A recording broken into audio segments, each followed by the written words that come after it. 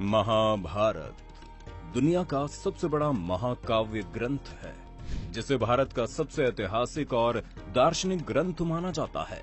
हिंदुओं के इस प्रमुख काव्य ग्रंथ को हिंदू धर्म में पंचम वेद माना जाता है। महर्षि वेद व्यास ने समस्त विवरणों के साथ महाभारत ग्रंथ की रचना की थी। हिंदू धर्म में मान्यता है कि महाभारत में उल्लेखित घटनाएं सत्य और प्रामाणिक है, लेकिन दुनिया में बहुत से ऐसे लोग हैं जो इसमें घटी घटनाओं को काल्पनिक मानते हैं। महाभारत सच है या झूठ, ये उलझन अक्सर लोगों के बीच में रहती है।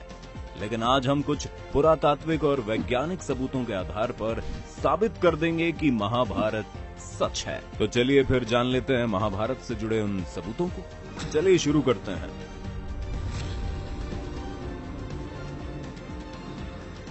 कुरुक्षेत्र की लाल मिट्टी। दोस्तों, ये तो हम सभी जानते हैं कि महाभारत का युद्ध कुरुक्षेत्र में हुआ था, जो आज भी हरियाणा राज्य में स्थित है। कहा जाता है उस समय तबाही ला देने वाले युद्ध में बहे खून की वजह से वहां की धरती लाल हो गई थी।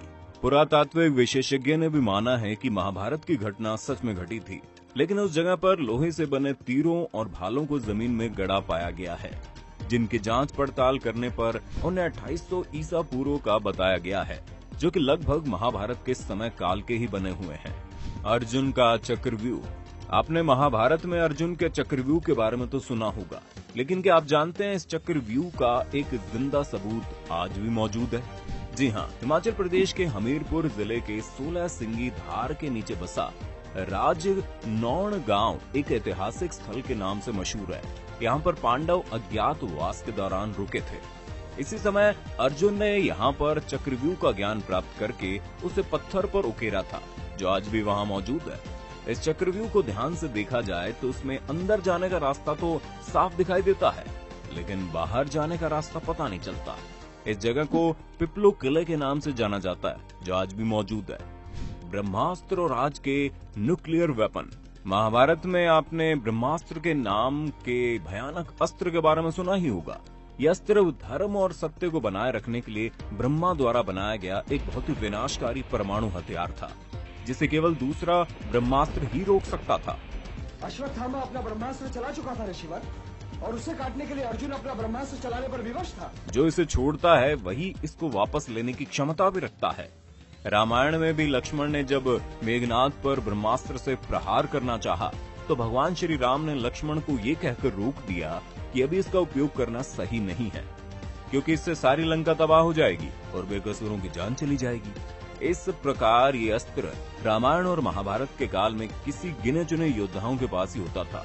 रामायण में ये अस्त्र लक्ष्मण के पास था और महाभारत में ये द्रोणाचार्य, अश्वत्थामा, कृष्ण, युधिष्ठिर, कर्ण और अर्जुन के पास था। यह अस्त्र पूरी दुनिया को तबाह करने की ताकत रखता है। माना जाता है ये अचूक और ब्रह्मांकर होता था। अब आप सोच रहे होंगे मैं ये क्यों बता रहा हूँ। असल में इसकी प्रामाणिकता तब सामने आई जब अमेरिका ने जे रॉबर्ट ओपेनहाइमर को परमाणु बम बनाने को दिया। उस दौरान रॉबर्ट ने महाभारत काल के ब्रह्मास्त्र की संहारक क्षमता पर शोध किया। 1939 से 1945 के बीच अमेरिका के वैज्ञानिकों की एक टीम ने इस पर काम करना शुरू किया और 16 जुलाई 1945 को इसका पहला परीक्षण किया गया। और धमाके का परिणाम कुछ वैसा ही था जैसा पौराणिक ग्रंथों में ब्रह्मास्त्र के बारे में बताया गया था। इस परीक्षण के बाद वैज्ञानिकों ने भी माना कि इस तरह का अस्त्र महाभारत में इस्तेमाल किया गया था। इस बम के सफल परीक्षण करने के बाद रॉबर्ट गीता का श्लोक पढ़ते हुए रोने भी लगे थे, जिन्होंने आज के परमाणु बम का आविष्कार किया। और वैज्ञानिक खुद इस बात को मानते हैं कि महाभारत हुआ और हमारे देश के कुछ धर्म विरोधी लोग हमारे इस महान इतिहास और धर्म युद्ध को एक कहानी मात्र मानते हैं। भगवान श्री कृष्ण की द्वारका नगरी।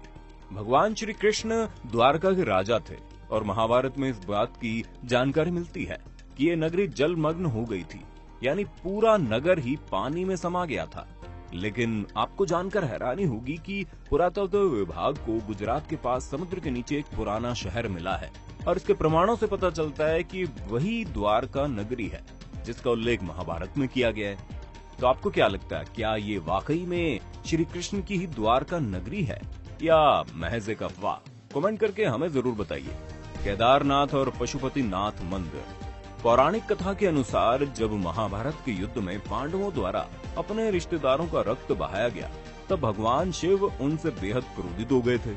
ऐसे में श्री कृष्ण के कहने पर सभी पांडव भगवान शिव से माफी मांगने के लिए निकल पड़े। गुप्त काशी में पांडवों को देखकर भगवान शिव वहां से विलुप्त होकर एक अन्य स्थान पर चले गए।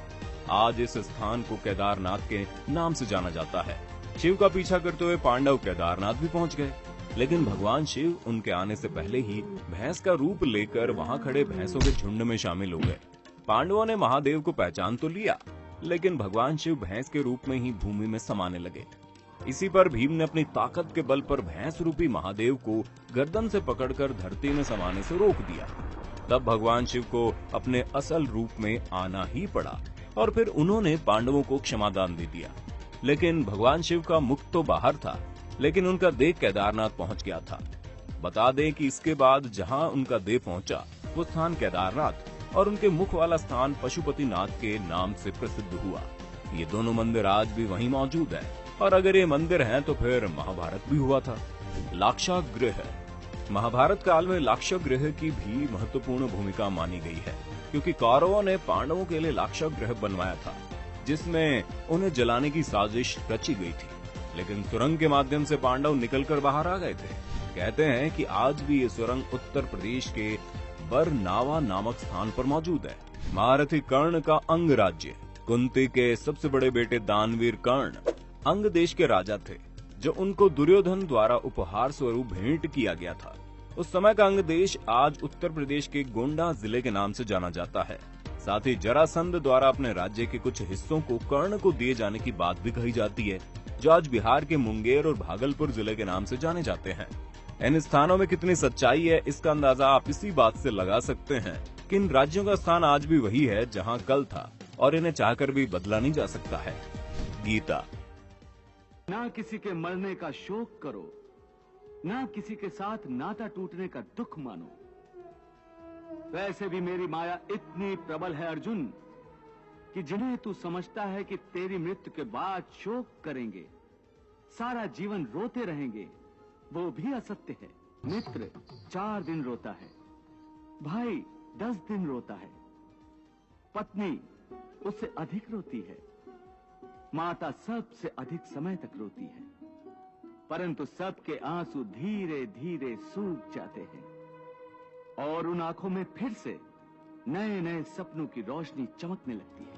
हिंदू धर्म में प्रमुख ग्रंथ के तौर पर भगवत गीता को देखा जाता है। आपने अगर कभी गीता पढ़ी होगी तो आप ये बात अच्छी तरह से जानते होंगे कि गीता के वचन कोई सामान्य व्यक्ति नहीं लिख सकता है। ये बात तो सभी जानते हैं कि गीता के वचनों को श्री कृष्ण ने महाभारत में अर्जुन को सुनाया था, और अर्जुन थे तो फिर भी पांडव, और पांडव थे तो फिर महाभारत भी हुआ था। दोस्तों, वैज्ञानिक खुद इस बात को मानते हैं कि महाभारत हुआ, और हमारे देश के कुछ धर्म विरोधी लोग हमारे इस महान इतिहास और धर्म ग्रंथ को एक कहानी मात्र मानते हैं। ये सबूत उन तमाम लोगों के लिए हैं जो इसे महज एक कहानी मानते हैं। आपको क्या लगता है, ये कहानी है या हकीकत? हमें कमेंट में बताइए। अगर आज की ये वीडियो आपको पसंद आई हो तो इसे लाइक करने के साथ साथ अपने दोस्तों और रिश्तेदारों के साथ शेयर जरूर कर दें। अगर आप ये वीडियो YouTube पर देख रहे हैं तो चैनल को सब्सक्राइब करके बेल आइकन दबा दें, और अगर Facebook पर आप ये वीडियो देख रहे हैं तो Facebook पेज को जल्दी से लाइक करें। फिलहाल के लिए इतना ही। अभी के लिए हमें दीजिए इजाजत। आपसे मुलाकात होगी अगले वीडियो में। शुक्रिया।